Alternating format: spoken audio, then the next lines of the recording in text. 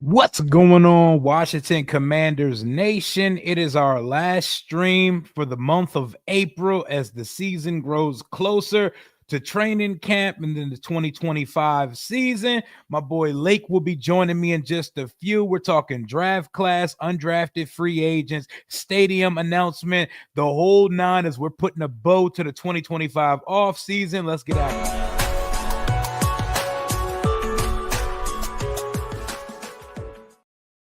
What it do, y'all? My guy Lake cannot stay as long as we usually do on these Wednesday afternoon streams. So let me get him in here right now. Let's get right to it. My guy Lake Lewis Jr., how are you doing on this Wednesday afternoon? What's going on, fam? How you doing, man? I'm doing lovely, man. Washington just concluded its second draft under Adam Peters. We're getting stadium announcements about returning to DC in the RFK site. The team's getting better, and boy, have there been changes in these 2 years, man. Yeah, man. I mean, this is just you should feel like you're on cloud nine if you are a Commanders fan. Just in the short amount of 2 years, all these changes are happening, and Mhm. you can't ask for a better, the icing on the cake. I mean, the stadium. The only thing left is to win a Super Bowl. That's it.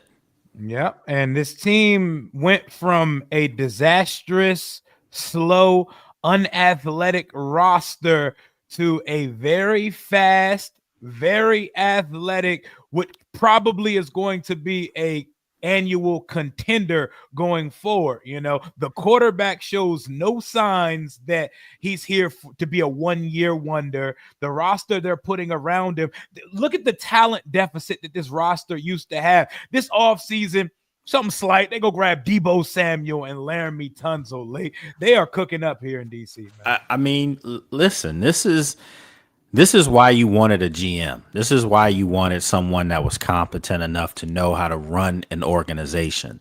And they have all these things in play now. And, for people knocking the draft and the 5 picks and only 5 picks, you just said it. Their draft started all the way back, when they made these trades. And they're not bringing in just anybody. They're bringing in accomplished Pro Bowl players to make this team better. So it's the real thing, man. I mean, this was like the first time in a long time. Because last year, you were hoping and praying that they would be what we thought they could be, from a talent evaluation standpoint. But you knew this year they knew what they were doing. These are draft picks that are, and I'm just, I hate to call people out, but these are draft picks that Ron Rivera and Bruce Allen and Gruden and all these, they would have never taken these kind of players. These are players that you needed to do your homework on and know who they were. And that's what Washington's done. Yep. Off first glance, when you look at Washington's draft class this year and last year, other than the Jaden Daniels pick, we're a very unpredictable football team. They have a board, they have a very specific archetype they're looking for, and they don't care what anybody else thinks on the matter. Every time we knew we needed a position, you knew Ron was going to take it, and Ron was going to take the complete antithesis of whatever fans and consensus wanted them to take at that point. You never know what's going to happen with Adam Peters and company, and that is how you should be building when you're trying to bring a roster, trying to fill a whole entire roster out. It's need, but it's also best player available. Yeah, and that's exactly what it was when you looked at their board. We joked a little bit about it, like they keep coming, we keep going in and meeting with them, and they keep saying this was the next guy on our board. So Oh yeah. you don't know how true that is, but I can say this: every guy they took was on their board at some extent. And that's what I'm saying, man. They had a plan in place for those 5 picks, and they feel like they walked out of that draft with an A draft. And I said before, I gave it an A minus just because it wasn't a whole lot of picks. That's the only reason. But this is an A draft, and not just myself, not just you, anybody that has put out a grade on this is given it no worse than a B plus. Yeah, when you include everything, like Marshawn Lattimore, Debo Samuel, and Laramie Tunzel, they all count as picks in this draft, considering that Washington dished out compensation to acquire those guys and to get them on board here. And we need to see how those guys play out here, but they definitely count as draft pick. And if you don't, you can also consider there's a ton of players from last year's draft class who are going to be unveiled and unleashed and part of the program this year. Ben Sinnott and Brandon Coleman look good. They look lighter. They look good. I see them in off-season workout pictures. Jordan McGee and Dominique Hampton adding to the linebacker room. It felt like Luvu and Bobby Wagner ran every snap of the linebacker position last year. And with Wagner getting up at his big age right now, there's got to get some fresh legs in that room. They add Kane Madrano to that as well. But everything I've seen done from a football standpoint, it feels professional, it feels buttoned up, and it feels like there's vision, there's foresight now. They're not just doing things just to do them. Yeah, the main thing too is that it's confidence. Like they're so confident that it shows in the way they speak to us in the media. I mean, hell, Adams joking behind us, on Saturday with Lance. He asked a question in the presser, joking around. It's just a different air in the building. And by the way, the building looks phenomenal. The draft room too. Yeah. Hey, man, listen, that's a whole different look going on out there. They even got new tables for the media. For us, we all had new areas to sit at. I mean, it's different, man, and it's okay to say that now because it's better. It's not just different; it's better. And they treat people better. They treat everyone the same in the building. Everyone from the person at the front gate who lets us in, to the people you see, cleaning up, getting trash up. No one is treated better than the other person, and that's just the way the organization is right now. Because for so long, this organization was ran by slimy people. They're not out here charging y'all for coffee and giving y'all TV dinners at the park anymore. It don't look like a potluck luncheon in there. The draft room looked like a draft room worthy of an NFL team. It all looks correct. But let's get into the draft because I know you don't have all day today. Let's do it.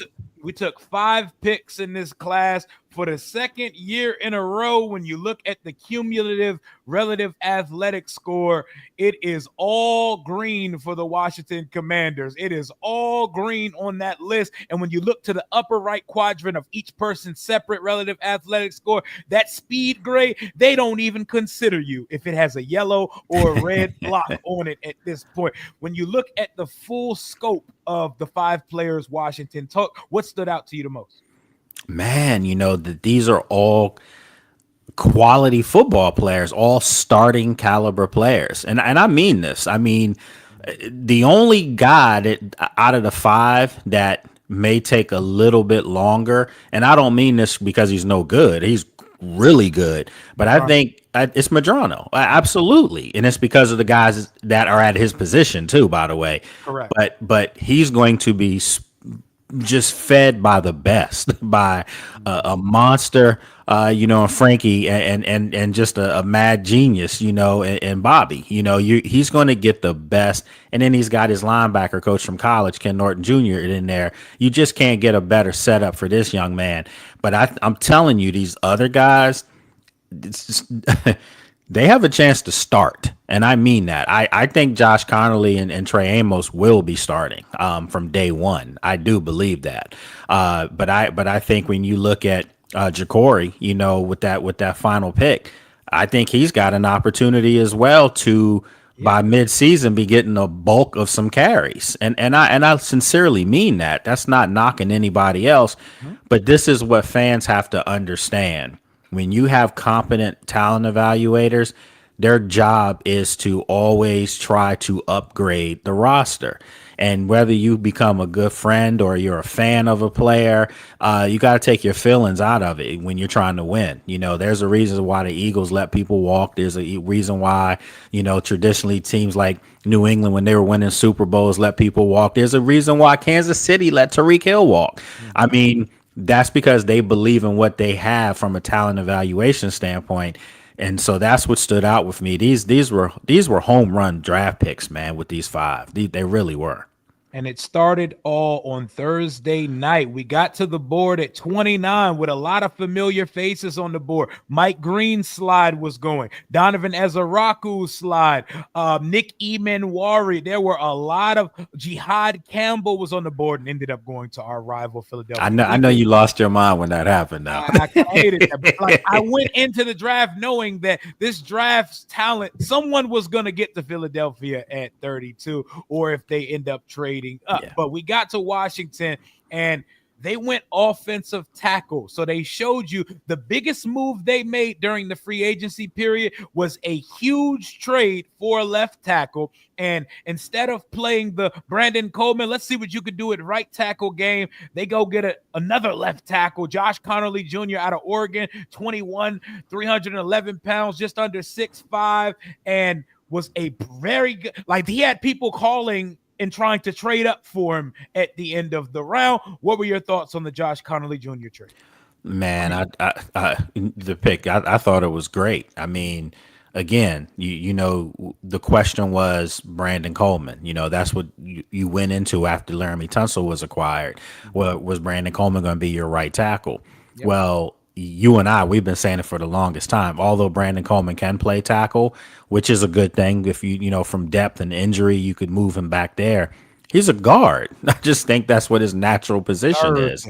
Yeah, he's a guard. I mean, that's where he excelled in college at TCU. And he held it down for us last year, too. He absolutely did. So that's his natural position. You look at his body structure. And I'm telling you, I saw Brandon the other day in the building, and I'm like, that doesn't look like Brandon from last year. He's rocked up for real. And then Adam Peters told us he's been there every day, never went home, you know, after the season. He stayed. So he's taking it serious. And obviously that size that when you see his build, you'll understand why he's moving inside. He's getting ready to start mauling folks. So, you know, with Conerly now, as I think being penciled in as your right tackle, I know he's going to have to work for it. They won't give anything out. But I think the goal, if you ask people with the truth serum, they want him to be your opening day right tackle. And I think he will be. And these are the type of moves that you have to start to understand. Why are they doing this? Why did they spend so much time and effort this offseason on their offensive line? Well, several reasons. And I'll give you the main two. One, because your biggest asset is your quarterback, Jayden Daniels. He's the guy that's going to get them season tickets for this new stadium that's coming. He's the guy that's going to be all over everything you see, Wheaties boxes, all this stuff. He's one of the new faces of the league. So you've got to keep him upright. That's just the name of the game. And then secondly, look at who they're going up against, you know, twice, perhaps three times a year, that Eagles front four. That's you have to make sure that you have an opportunity to compete against these guys and not have all your plays be 2 seconds and it's either an abomination of a play because you don't have protection for your quarterback. So these are the things that they've addressed. And Rome wasn't built in a day. For everyone saying you didn't get an edge rusher, well, how about this for a take? How many games did Washington win at the end last year? In the fourth quarter, it was like 6 games or something like that. Yeah. You know, they won a lot of close games. Okay. Well, how about now that they have an offensive line? Maybe you don't have to depend so much on what your defense can't do because maybe your offense now will just be literally blowing people out. How about that?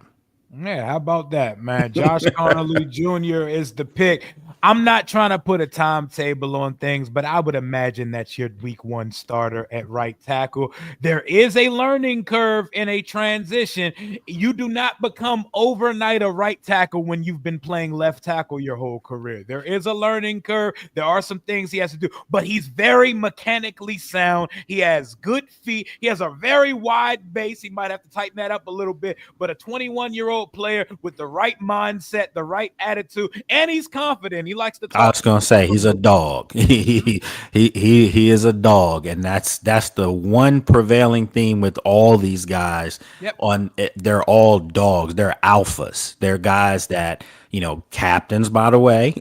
But there are guys that are not backing down from anybody. So they're not going to come in here. They're going to come in here respectful of the people ahead of them, obviously on the depth chart when they first get here. But I assure you, they're going to let those people on that depth chart ahead of them know I didn't come here to be an afterthought. I want to be a name just like you. Do you think that edge rusher out of Marshall, Mike Green, was off this team's draft board? I do. I absolutely do. We were talking about that in the media room as he fell and fell and fell. And I'm like, man, he's sitting there.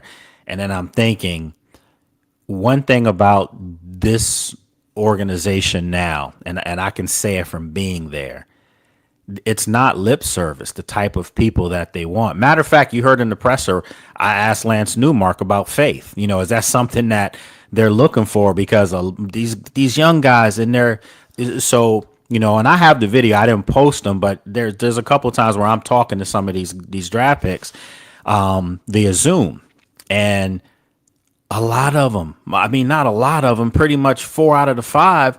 They mention their faith, and I just. It takes you aback because they're not ashamed of it. It's not secretive. This is why they are where they are and what got them to be where they are. And that's this football team. Their number one player on the roster, the most recognized face right now on the roster. How much does Jayden talk about his faith? I mean, that's just the way it is. So that's the kind of character guys that they want. I'm not saying that if you have faith, you have character, although I believe that as a person of faith. But I think that they want people to just understand that there's some things bigger than yourself, and there's some things that you can galvanize people with, and I think that's one of them. Also, Lake, thank you for asking good, thought out questions during these press conferences. Oh, I appreciate that. I ain't gonna put no names out there, but there'll be some long-winded bullshit coming by some of your cohorts in the media room. Thank you for getting to the point and asking good questions and making these guys actually have to come forward and say some things to the media. Well, I appreciate that, and I've had a couple of people mention that to me, and then on top of that, I know I ask a good question when Adam says to me, "That's a good question," So, I appreciate that. I take pride in that, man, and I do want to ask questions that I know fans want to hear. Not just what made you do this. Nah, man, like, come on, let's go a little deeper than that. Yeah, man, definitely. And then at 61, we get Trey Amos, cornerback out of Ole Miss, formerly of the Alabama Crimson Tide. A guy that most people would have been totally content if we took at 29 in the first round. He was mocked to us multiple times. This is most people's favorite pick of this class. Man, he's mine. Listen, this guy. So his position coach, Coach Patrick Surtain Jr., and he said that Trey Amos is a clone of that guy. Literally, that he said he's a clone of him. They're one and the same. If you are assuring Commanders fans that they have a player that's going to be like Patrick Surtain Jr., you got one, man. And I think they know they got one. And Adam basically, I'm not gonna say he slipped, but when we asked him as far as opening day, and Mikey moving inside, was that a fluid thing? And he said, yeah, it's definitely fluid. I mean, basically he just answered the question that Trey Amos is supposed to be opposite Marshawn. And I asked him about that. I asked him as far as Trey Amos, he's literally a bigger version of Marshawn. They're press corners that are physical to get in your face, that can turn the ball over on top of that. So I think the fact that, they went out and got him and now they can move Mikey inside, and he's not going to play the whole game inside. So if you're a Mikey fan, don't think he's been relegated to the slot. No, he's still going to line up. It's okay if that's where he was a demon at Michigan, and he could be one of the better ones in the league. Without question. And I think that they have the caliber cornerbacks overnight now, even Jonathan Jones, that they can that can follow guys. So you don't have to always be standing in the same spot. You might have to shadow a player depending on your matchups on those particular Sundays. So overnight, Washington potentially secondary, at least their corner room, potentially could be one of their team strengths. And it's just crazy to think that overnight. Yeah, the last couple cornerbacks we drafted relatively high. One didn't have the size, one didn't have the speed, and Trenavian Amos has all of it. He has good size, Everything. 6'1", just under 200 pounds, 4'4'3", which is closer to 4'3" than it is 4'5". That is real speed. He has range. He can play man. He can play off and zone match, whatever you want to do coverage wise. He's that. And he has in a normal Rhea, I was gonna say in a normal draft, and the reason why I say this wasn't a normal draft. You heard me saying all the way back when I was in Indianapolis for the combine that this is the draft that you're gonna get in the second round and perhaps early in the third round. You're gonna get a player that may have had a first round grade at some point because I said that this draft there wasn't a whole lot of players that were like generational, going to hit the ground and just tear you apart. You may have 3-4 of those guys, but this was the draft that you could have 50 to 60 players that are going to be able to contribute major time for their team who took them. So for Trey Amos, I think in a traditional draft setting, he was a first round draft pick. That's how good this guy is. So for him to be at 61, that's like you think, oh, he slipped. There's something wrong with him. No, it's just because this was the year that we all said over and over and over that you're going to get a lot of quality players because there were so many of them, really good football players, and that's what they got.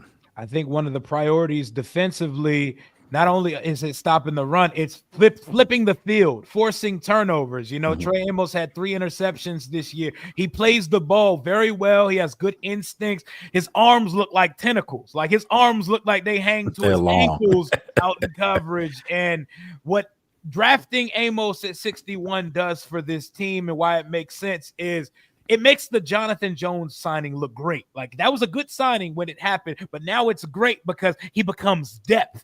If we lose one of our guys, if we're down a guy for a week or two, it's next man up. Jonathan Jones has started. He's played championship caliber football for the New England Patriots. He's a KG veteran, and he becomes your fourth. Last year that was Noah. Noah becomes your fifth. We go from a cornerback room of Forbes, St. Juice, and Igbenogany starting to Mikey in the slot, Marshawn, a healthy full off season with the team. Marshawn, he's a dog. Trust me, all the fans that were tripping on Marshawn, and trust me when I tell you, you're gonna see something this year. You'll see. He got his college number again. He's back in the single digit number 2. We're waiting to see what numbers our rookies pick up. But lastly, to close out the Amos pick, when you don't select an edge in the draft, when you don't currently on the roster have an edge that offensive coordinators have to game plan around, you have to manufacture pressures.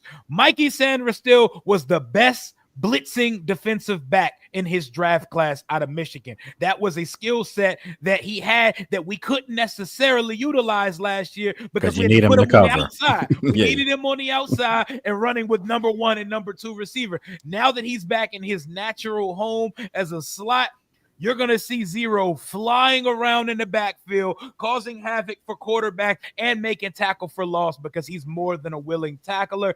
This, like the offensive line draft pick, it shores up multiple spots for the team. And this is a home run at 61 for the squad. Man, home run.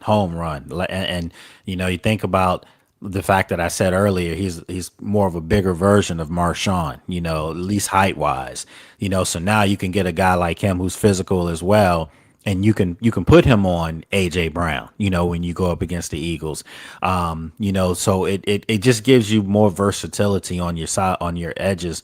And for my money, again, I think this guy is going to be one of the 2 or 3 best steals in the draft. Yep, and that's he had no business being there at 61, but I'm glad we get to welcome him here. Going to our fourth round. If there was any pick in this class that some people would say the player may have been overdrafted, this is the one that they're saying, but we need speed on this team. Yeah. This team lacks that wide receiver room lacks for speed. When 30-year-old Terry McLaurin is the fastest player in the wide receiver room, we need to get some young electricity in that room. They go get a guy that ran a 4.34. That is closer to 4.2 than it is 4.4. 4.34, and he looks like it on tape. 40-inch vertical, 11-foot broad. Is your starting punt returner and probably fastest player on the roster as soon as he gets here. Yeah, and again, I think people have to stop with the, they reach for Jalen. I like him quite a bit, and depending on who you talk to, he was one of those names that just kept coming up and coming up as far as a high riser, a fast riser, and on top of that, I think people have to understand Cliff's offense is a little different. So they don't need a traditional, north-south X-rod receiver. Like, it's not like that. They have versatile players. And I saw, one of your viewers, one of your fans had written as far as what did I think that they could use them in a Christian Kirk role, Yep. So I think they can use all of their receivers in a Christian Kirk role because that's the versatility of what they can do. For the better part of his career, Terry was always underneath. Last year we saw him go north and south a little bit. So now with Debo, everyone's thinking that he's just going to be a guy that's a gadget and, turn around, pitch the ball to him at times or catch him coming around on a receiver too. Right? Yeah, no. Yeah, he's going to do all those things too. So for me, Jalen Lane is a faster version of those two guys we just named. I'm not saying he's as good as those guys, at least not right now, of course, but he's a guy that's versatile. He's a guy that you can have him and Debo on the field at the same time, on the same side of the field, and you're not going to know what's about to happen. And that's the versatility of Cliff's offense. So I like him quite a bit, and he does give the team that dimension of speed that they lacked at that position. Oh my God. That's why when I see for the second year in a row that Adam Peters has drafted the highest relative athletic score and them speed grades on all these players, he had to look at our roster in disgust as far as the team speed and the talent on this roster when he got here. We're talking about a team last year that every player that touched the ball just went down immediately. There's no game breaker. You look at what the Broncos did. The Broncos didn't have the greatest skill players in the world, but they were taking screens to the crib, bubble screens, running back screens, slants. They're breaking tackles. They're making things happen for their quarterback. Jaden pretty much had to walk it to the end zone every time he threw a touchdown last year. A guy like Jalen Lane on a reverse, on a jet sweep, in a triple option, going vertical, or if he breaks a tackle with the ball in his hand, he does have big hands despite being undersized. He's liable to break it anytime he touches it. Yeah, and that's what you want. You want that threat on the field that just makes teams a little afraid, and again, now you have Terry, you have Jalen, you have Debo on the field at the same time, and you have number 5 back there. Now, think about what this does for Jaden. I mean, for Jaden, he could take off on you, and these guys have stretched the field so much, it's nothing but underneath. How many times did we see that last year? We got past the first wave of defenders on the defensive line, and then Jaden's running for 20, 30 yards. Well, now it could really be a lot more than that. Maybe this year, you and I last year, we kept talking about sooner or later he's taking one to the house, talking about Jaden. Well, now when you have a Jalen Lane out there with that type of speed that you can really, truly stretch a field, maybe now Jaden might take one. I'm predicting he's taking 2 to the house this year just because of a guy like this with that kind of speed. And currently, we know he's going to be a returner off rip. You saw Izzo's reaction in the draft room when they take him. But with Luke McCaffrey probably being your main candidate to start in the slot, some people think it's Debo. No, Debo's starting on the outside, guys. He's not starting. He's going to get most of his reps as an outside receiver for this team. With Luke McCaffrey being probably the leader in the clubhouse for the slot position, that means that's going to be a camp battle, and that means that position's up for grabs. Jalen Lane is coming to take snaps in 2025. Oh yeah, and I can say this: if Luke didn't start because of Jalen, I would not be surprised. I agree with you. I do think that Luke does start, but I don't think he's going to be getting 65% of the reps in the slot. No, I think it's going to be, more like 40-40 with somebody else sprinkled in there as well. So they got an undrafted free agent from Auburn that might come in here and do some work as well. So, yes, sir. You never know. Kane Madrano, the 6th-round pick, a whole lot of brewing things brewing in D.C., with Ken Norton Jr., former UCLA linebacker, Adam Peters, a former UCLA Bruin, another relative athletic score guy, has the body of a safety but plays linebacker, 4.4 speed. Most importantly, he forces turnovers. What was your thoughts on the pick? Yeah, man. When you go back and you watch the tape, because a lot of us were looking at Schlesinger, Carson Schlesinger, you were looking at him and you saw somebody else out there making plays, running around to the ball, dislodging the ball. And yeah, he's slight of frame at this point right now, but he's a football player and he's a converted offensive player. So those guys just have a knack for knowing where the ball is going to go. They have good hand-eye coordination. So he's a guy that can give Washington something that they need. And that's a guy that's a disruptor that, forces turnovers out there. And I think every rep that he gets, every time he gets into a game this year, it's going to be a quality rep. So it may not be a whole lot, in his first year.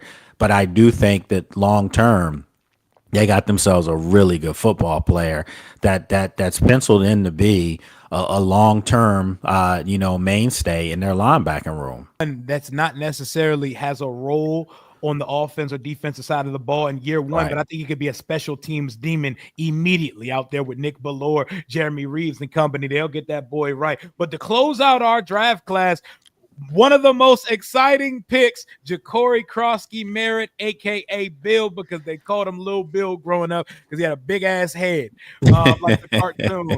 And that is not your typical 7th-round pick. That guy's going to get carries in 2025. Yeah, this is that typical devalue the running back type situation. Mm-hmm. This guy, I'm telling you, man, is a football player that fans are going to love. I think that this guy is literally I don't want to say he's starting, but he's getting touches. He's getting a lot of them. And I think because he's got that great cutback ability, in this offense with the lanes that we are expecting the offensive line to create, with the tempo and things like that, I just think that he's the perfect complement for their offense. And again, you get speed now. You get a guy that can take something to the house.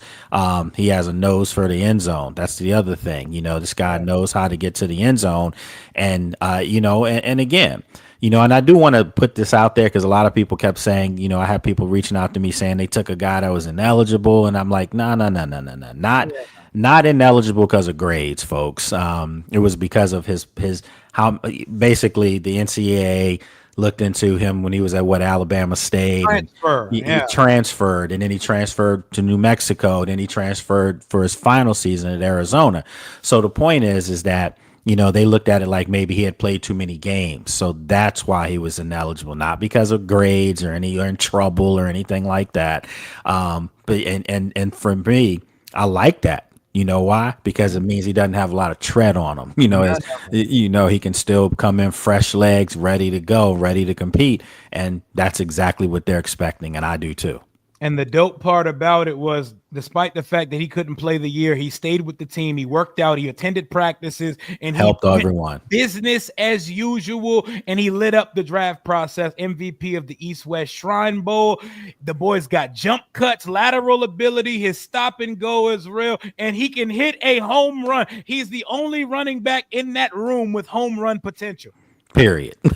and I think that's going to be on full display, and when people talk about, how fast was he running and something like that. I mean, he's a 4.4 guy, 4.4 is, contrary to what people think, 4.4 to the average human is world-class speed. Obviously when you get into 4.3s and that's special, but this guy's got breakaway speed. Remember Travion Henderson, who we both were really high on, he was a 4.4 guy. So Or these three. guys are Aren't the same speed. yeah, that's what I'm saying. They were the same speed. So Travion, obviously, you saw it a lot at Ohio State because they were a team that was always prime time. They won a national title. In Arizona, not so much. So and the kid didn't play this year. So you go back and you watch that New Mexico footage, and you'll see some things, and you'll be like, they don't have this on the roster. Well, now they do. Yeah, it's a show, man. It's a show. He runs with grace, and he has he always seems to find the holes, and he can redirect. He does things that nobody in this room at this current juncture can do. You know what it is? He has vision. That's what he has. He has this running back room has been devoid of vision. And I don't mean vision with the team and how they're using them. I mean the players with their eyes. You know, special backs can see things that others can't. There's a reason why Saquon's jumping over people backwards. You know, some guys just have vision, and I think this guy's he has vision, and he has that cutback ability with that vision to take things to the house. He's going to put pressure on defenses for sure. Yeah, man, that jump cut versus Texas A&M, I had to watch that joint back like 100 times at this point. I know you got to run a little bit earlier today, but to close this one out, we finished with the draft. One more question for you before we go. We don't have to get into the politics of it. What were your thoughts of the presentation for the DC stadium that Muriel Bowser, Roger Goodell, and Josh Harris gave us the other day? It's real, man. And you know, it's a real thing now. It's a beautiful thing. And to be able to get back to DC, man. And obviously the city council still has to approve it. I'm from DC. I've seen things not happen that were supposed to happen. The city council will be no more if they don't get this thing done. It's ready. Everybody's ready for it.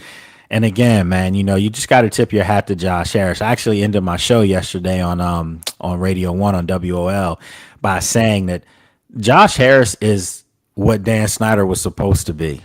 He's a guy with deep pockets, obviously. He's from the area, but he gets it, and he gets the pulse of the fans. He gets the pulse of Commanders Nation that people wanted to go back to DC. I've been saying for the longest time, no offense to Maryland, no offense to Northern Virginia.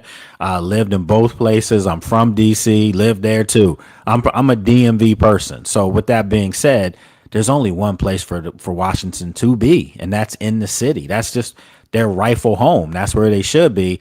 And to be able to be going back to RFK, man, you couldn't ask for anything better than that. You could, man. And one more before you go. Gabe Taylor's coming in the rookie mini camp for the team. The little brother of Sean Taylor went undrafted. He gets to come in for a rookie mini camp tryout. He doesn't have an undrafted free agent contract as of right now. Right. What were your thoughts on that?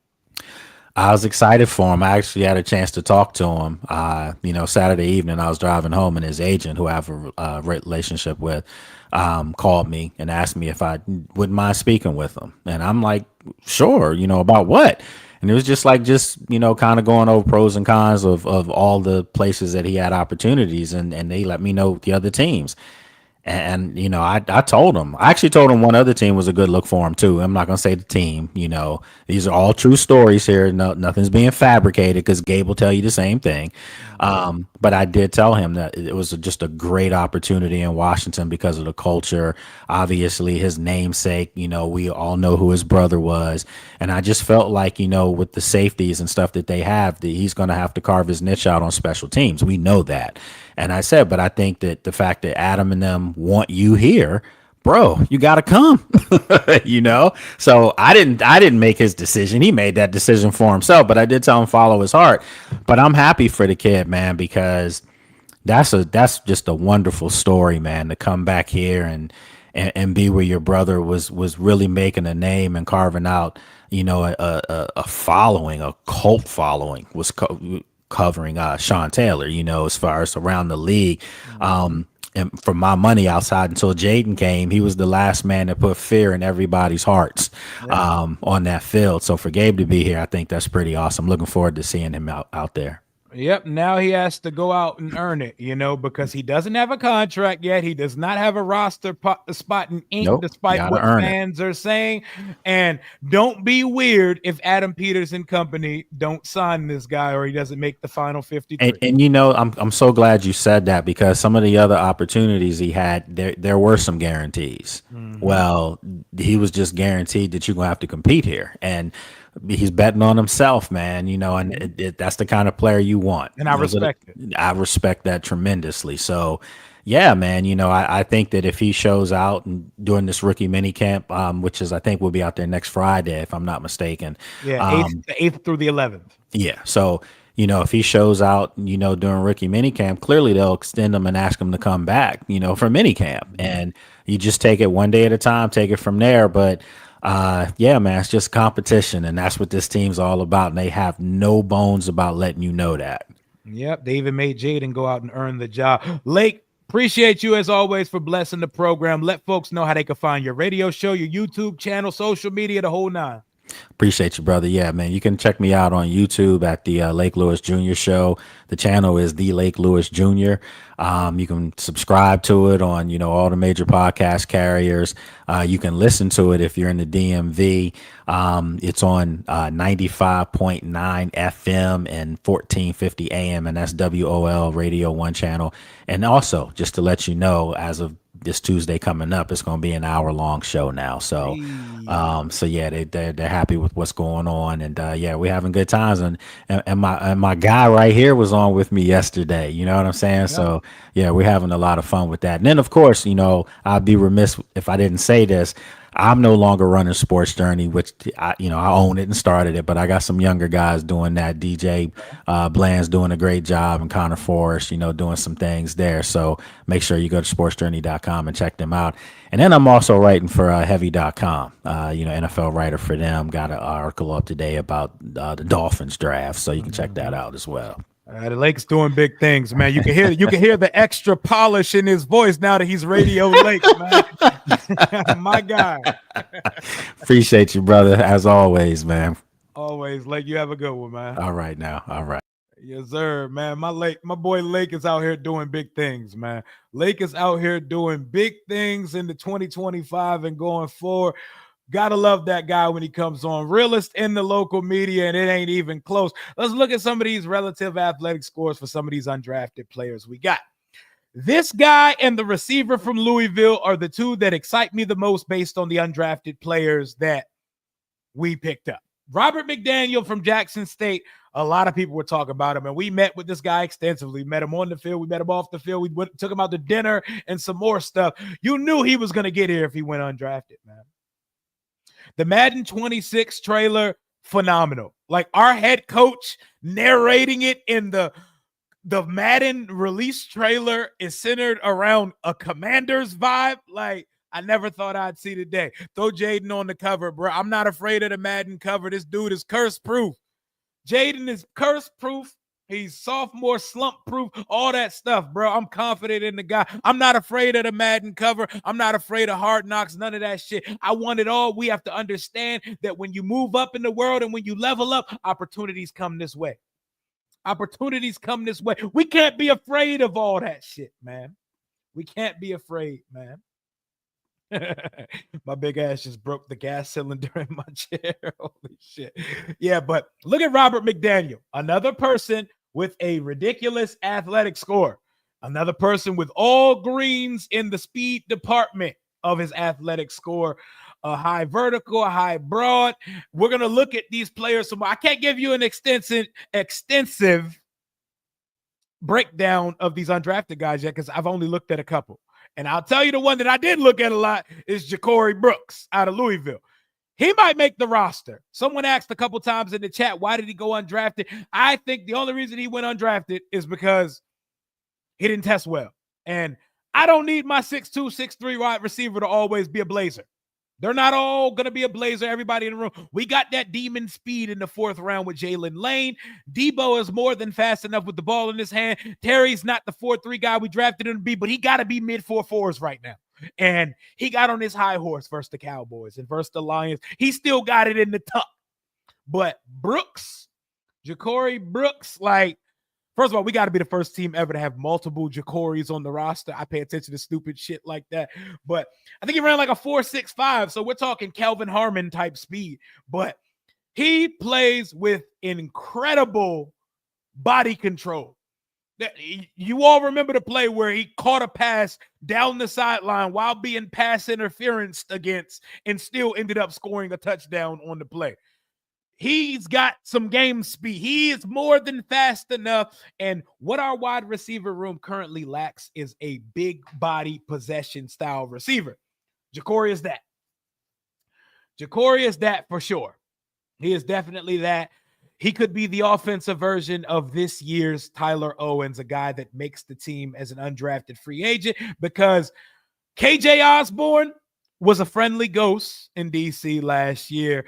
And Michael Gallup didn't play football last year. He was retired. I need to see more. I need to see him get through a camp. I need to make sure his head's on straight and he wants to play football. And I need to see that he's still capable of playing football before I count him into a roster spot. Same for Eddie Goldman. So you know what? The top two guys, we already know it's Terry and Debo. Luke McCaffrey, put him in ink. Jalen Lane, put him in ink. How are we rounding out that room? Is it going to be Jacory? Is it going to be KJ Osborne, Michael Gallup? It's going to be a fun competition at wide receiver. It's going to be one of those ones we pay attention to in training camp at the end of July. And training camp might be starting earlier in July this month, considering that the Hall of Fame game is in July. I don't know. Is this the first time the Hall of Fame game was on July 31st? I love it, though. I'm here for it. I love it, man. I love it for real. I got to see it first, you know. I got to see it first. Yeah, man, I'm not worried about Madden curses and none of that trivial bullshit. We are outside of the realm of those such things. That dark cloud don't hang over this organization no more, man. It's like Dan Snyder stepped foot off the premises and it all immediately disappeared, and we're touched by angels now at this point. So I'm excited for all of it, you know. Was that a tease that Jaden could be the Madden cover guy? Like, why is Dan Quinn narrating the Madden commercial? Why is fake Jaden Daniels the Commanders draft pick leading the commercial? Oh, my God. So fun, man. So fun, man. Good players go on a goddamn cover of a video game, and they manage to make it through the season. Still elite. Still intact. And still playing at top level. This quarterback we took from Virginia Tech, don't look at him like a quarterback. That guy is going to be a tight end or a wide receiver. That guy is athletic as hell. I don't see them bringing him in on a tryout. Or maybe he's just the tryout quarterback, because rookie minicamp, you got to have a quarterback out there throwing it to Jalen Lane and Jacory Krosky Merritt and the rest of the tryout candidates that we bring in, Jacory Brooks and company. But Brooks, I could see easily making this roster. I can see him making this roster because I have no confidence or faith that, like, I got to see it to believe it with guys like our boy KJ the Ghost or Michael Gallup. Fintrail Cypress, I know who this is because you see him flash because he played opposite Azareye'h Thomas in Florida State. He has good size, he has good speed, and he can play the ball a little bit. They're going to be rounding out. These are guys that are going to be fighting for spots to round out the cornerback room, a cornerback room that is completed by Noah Igbenogany and Jonathan Jones. But we did a lot of work with the undrafted free agency. I'm going to let all these guys go to work. I'm not going to sit here and make too brash a prediction for undrafted free agents because there is an uphill battle to climb. But this is a squad and this is a coaching staff that if you impress, if you go out there and earn it, there's a spot for you on their football team. They're not afraid to bring undrafted guys. Tyler Owens looks like a created player with all the sliders up. He plays with big ass shoulder pads, a big linebacker body with cornerback speed, sideline to sideline, special teams demon type stuff. So gonna be interesting, man. Did the sound go out or something? Somebody said, where's the sound? Did my sound go off? Are we good? Y'all still hear me? We still good? We still good? They signed another linebacker from UCLA as well. So, we went back to the Bruin fact. I told you a whole lot of Bruin shit is brewing here in DC. Sound is good at this point. We're going to cut this one at an hour today, man. We're going to cut this one. We're going to keep this one a little bit shorter than usual. Lake had to run, but when he comes back on next week, it's going to be a little bit longer. We're counting down the days till rookie mini camp is May 8th through May 11th. So next weekend, I imagine we're going to be getting some of the number selection. I'm seeing numbers league wide right now, and I'm sitting back like, where are our guys' number selection? I want to see. Trey Amos pretty much teased that he's going to wear number 23. He showed a picture of him running around early days in Alabama for the Crimson Tide wearing 23 in practice. That is a number that's available. That was last worn by Marshawn Lattimore. Redskins legend Quentin Dunbar wore 23. You know how we throw that word legend around. At this point. The schedule's coming out in a couple weeks. We're going to do a mock schedule because it's fun. Like, why not? We're going to predict primetime games, international games, and all that. And we're going to go live the night the schedule comes out as well. He's not wearing 9 because it was just retired for Sonny Jurgensen, y'all. Come on, y'all. Keep up with the squad, y'all. They just retired Sonny Jurgensen's number 3 years ago. They're not giving it to a cornerback that we took in the second round. They're not. It's not happening. 7 and 9 are unavailable. They're going to retire Joe Theismann's number next. 7, 9, 21 aren't available. Let's not even make unnecessary comments about conversations about any of the numbers. Yeah. Sonny wore 9. That 9 would be clean, but nah. Sonny wore that. They just retired that. And that's Sonny. That's Sonny. It ain't gonna happen. So I believe the only single-digit numbers available are 3 and 6. And I wouldn't mind Ja'Cory Krosky Merritt, my boy Bill, getting in 6 or something fly, something that looks fast. I know Jalen Lane better get out of 83 with the quickness because 83 don't look fast in 2025, man. Shout out to all those players that used to wear 80s receivers numbers back in the day. It's 2025, baby. Let's get you in a speed number to call it a day. 44, yeah, no one's ever touching it. 33, yeah, we know all the numbers. Like, no one's ever touching them at this point. Let's please leave all the retired legend on. And, unlike Dan Snyder, they're actually retiring numbers. I think Joe Theismann's next. That's what I had been hearing. And it's not going to be handshake agreements with equipment managers. They're actually going to retire these numbers. But whenever news comes out, expect me to be one of the first to jump on it. So much excitement going into it. I'm looking at pictures. I see Jaden and Debo and everybody out there with their little athletic sports bra, science tracking things on, getting active out in Ashburn. It's exciting, man. It's exciting time to be at 89. Nope. Finna have him looking like baby Cam Sims. Like, nah, let's put that boy in a teens number or a single digit and let's call it a day. Don't be like Matthew Golden and be out this bitch wearing a 20s number as a receiver. But exactly, these are what's good. HOV? What's good, Ho? Ovito, what's good, man? Yeah, these are not being touched. These are not being touched at this point. Number 5 gonna be retired one day. That shit means something to me, man. I want to see a player's career. I want to witness a Hall of Fame career from start to finish, man. I love 5, man. Everybody loves 5. His motion is real. They're rooting on the downfall, but everybody, for the most part, wants to see this kid succeed. And he puts in the fucking work, man. Tana wasn't a baby Cam Sims, but Tana played in the early 2000s. The early 2000s, you can get that shit off, bro. 80s wide receiver numbers in 2025 is not it, man. Like, we've passed that point, man. You're a tight end if you got an 80s number at this point, or your motion ain't where it need to be. But I'm going to go ahead and wrap this thing up right now, man. I'm going to go ahead and wrap this one up. Got some things to do. I might drop a video or something. Or if anything comes out, anything important enough, I'll do another stream later today. But I think that's going to wrap up the month of April. Thank y'all for rocking with the guy. We do the draft big on this side. Night 1 with the boys. Night 2 on Commanders King. Night 3 at the crib with my little one. And every year we try to take it up a notch when it comes to this draft shit. So next year we're going to find a way to make it look and sound even better.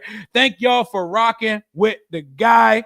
Hail to the Washington Commanders. Talk soon. Thank y'all for making this channel what it is.